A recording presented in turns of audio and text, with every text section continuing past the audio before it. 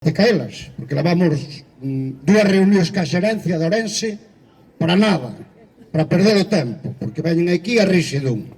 Entonces, neste final de mes, probablemente, non lo van a chamar.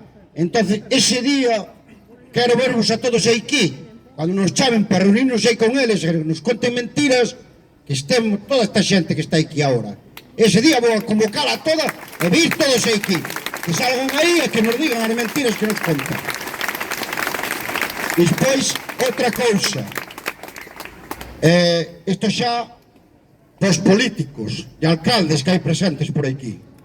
Eu non sei como facelo, pero eso que vai por aí atrás, que se chama Nacional de Merda, sea Nacional de Merda, que nos fain ir a Ourense ou a Vigo, os silicosos, non sei os de nai a nai, queren nos facer ir a Ourense e a Vigo, por esa Nacional Cento de Merda, que se chama.